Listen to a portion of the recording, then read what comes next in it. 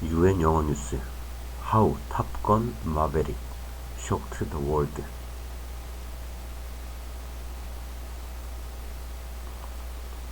No one expected much from the Top Gun sequel, and so its soaring global success came as a complete surprise. It was an emotional experience and a true one-off, says Nicholas Barber. Scroll down a list of the highest-grossing films per year since 2012, and you will see two different Avengers sequels, plus Captain America Civil War, which is an Avengers sequel in all but name. You will also see a Spider-Man sequel, a Transformers sequel, a couple of Star Wars sequels, and a cartoon. No disrespect to any of them, but it's clear that cinema's biggest global hits are now science fiction and fantasy blockbusters, featuring superhuman characters and lots of flashy digital imagery. But not in 2022. This year's international box office champion was Top Gun Maverick, a Tom Cruise vehicle that featured real people in real planes, and has so far raked in almost 1.25 billion pounds worldwide. That's around 400 million pounds more than the runner Jurassic World Dominion.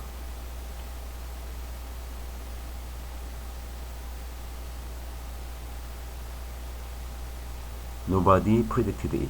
Top Gun itself may also have come top of the global box office in 1986, but when Rolling Stone magazine compiled its 100 greatest films of the 1980s this March, and Time Out compiled its 50 greatest this May, it didn't appear in either roundup. Many critics now see it as a relic, a shiny time capsule celebrating Reagan-era US military might, showcasing a rising star who was in his early 20s and demonstrating the ad industry's stylings of its director, Tony Scott, who died in 2012. Why revive the franchise in the 21st century in a changed geopolitical world with a new director and a star in his late 50s? Scott's successor, Joseph Kosinski, also made 2010's Tron Legacy, another belated sequel to a 1980s hit. It did well enough, as did some other films in the category, from Indiana Jones and the Kingdom of the Crystal Skull 2008 to Ghostbusters Afterlife 2021, but none of these was the film of the year. To make matters even less promising, Top Gun Maverick was postponed and postponed again. Shooting took place between 2018 and 2019, and the July 2019 release was scheduled. But additional shooting and the COVID-19 pandemic kept pushing that date back until the new Top Gun was in danger of seeming almost as dated as the 1986 one. Cruise's co-star Miles Teller, for instance, was no longer the hot property in 2022 that he had been when he auditioned years earlier. Expectations weren't exactly sky high then when Top Gun Maverick eventually opened in May 2022, but that may have worked in its favor. Viewers were hoping for nostalgic guilty pleasure. What they got was one of the best Hollywood movies in years.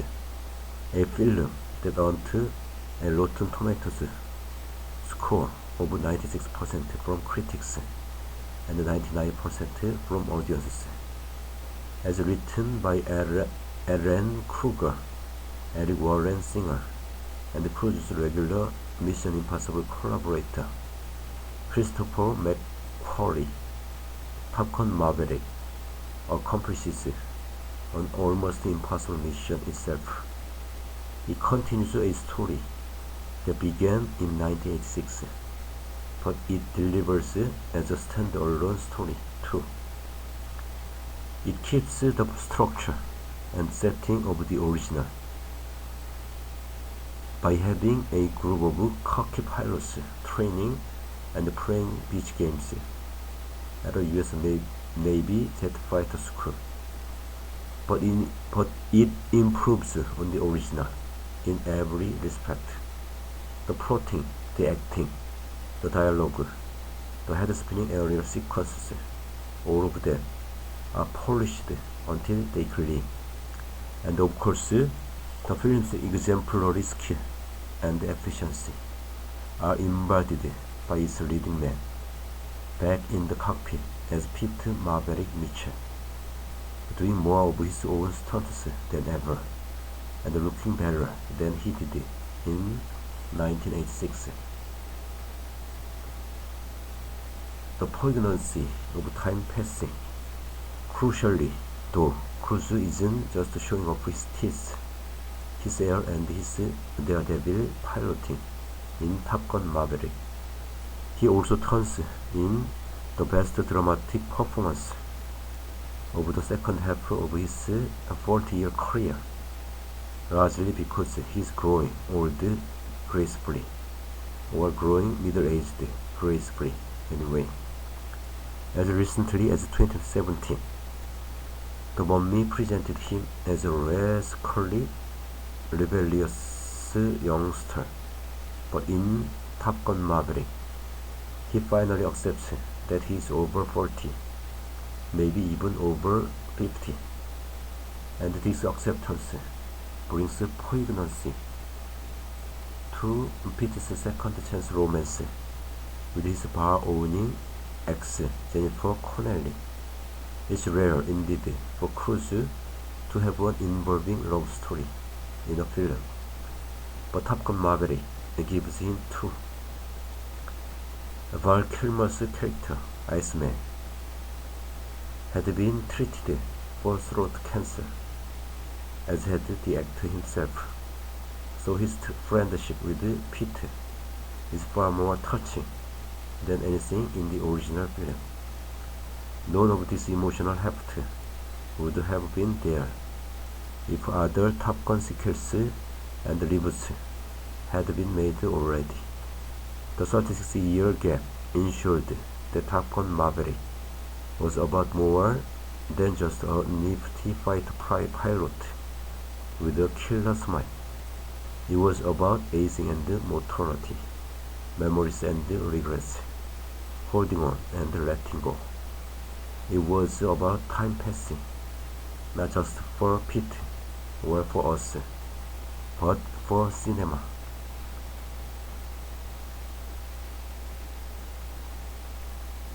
When Cruise was interviewed on stage at the Cannes Film Festival in May, the main theme was his tireless laboring over every detail that might make his films more entertaining. His constant questions, he explained, were how do we create these effects on audiences? Is what we are doing communicating? But the other thing was his determination that his films should be shown in cinemas.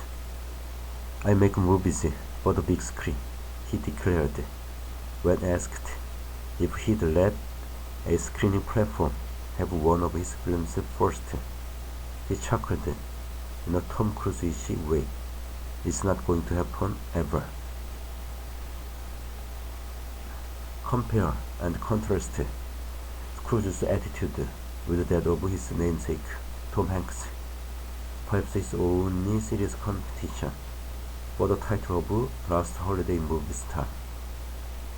Hanks has been in 3 films, which went straight to streaming in the past 2 years: Greyhound, Finch, and Pinocchio. And how many of us are talking about those now? Cruise and his team, on the other hand, were wise to hold their nerve, to wait until they were sure that cinemas won't just open again, but were staying open. In May 2022, audiences were ready to return to their local multiplex at last, and Top Gun Maverick was waiting for them. On its opening weekend in the US, it broke box office records. It then had the smallest drop ever recorded on its second weekend for a film that opened over $100 million.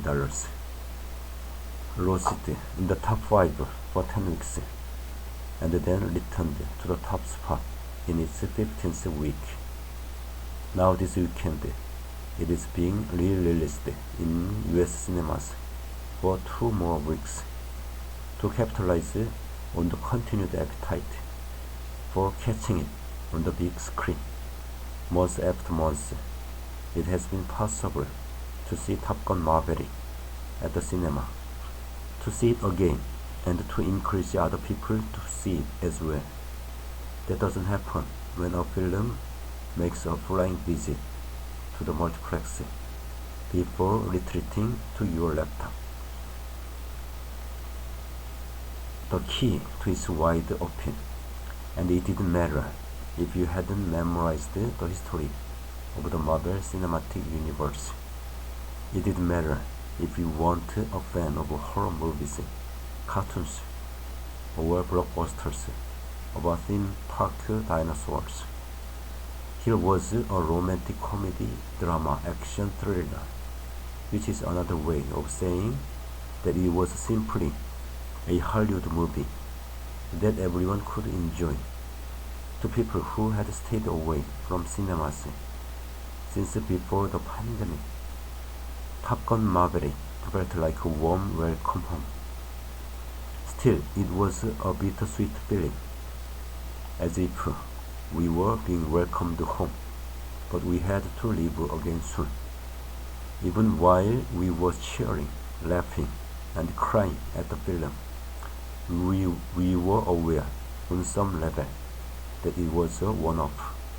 Not only was Top Gun Maverick terrifically well made, it was based on an intellectual property that was recognizable, but not over-familiar. It boasted the movie's brightest superstar, alongside another actor, poignantly returning to the screen in the wake of cancer treatment. And it came out just after the peak of a pandemic. How could any studio recreate a phenomenon like that? There have been articles asking what Hollywood could learn from the film's staggering success. But the answer is nothing. Top Gun Maverick won't set any trends because it isn't part of a trend. It's unique.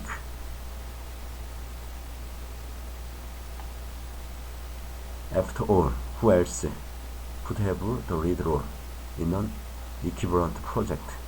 In November, Quentin Tarantino became the latest pundit to comment that franchise characters were now the stars rather than the actors who played them.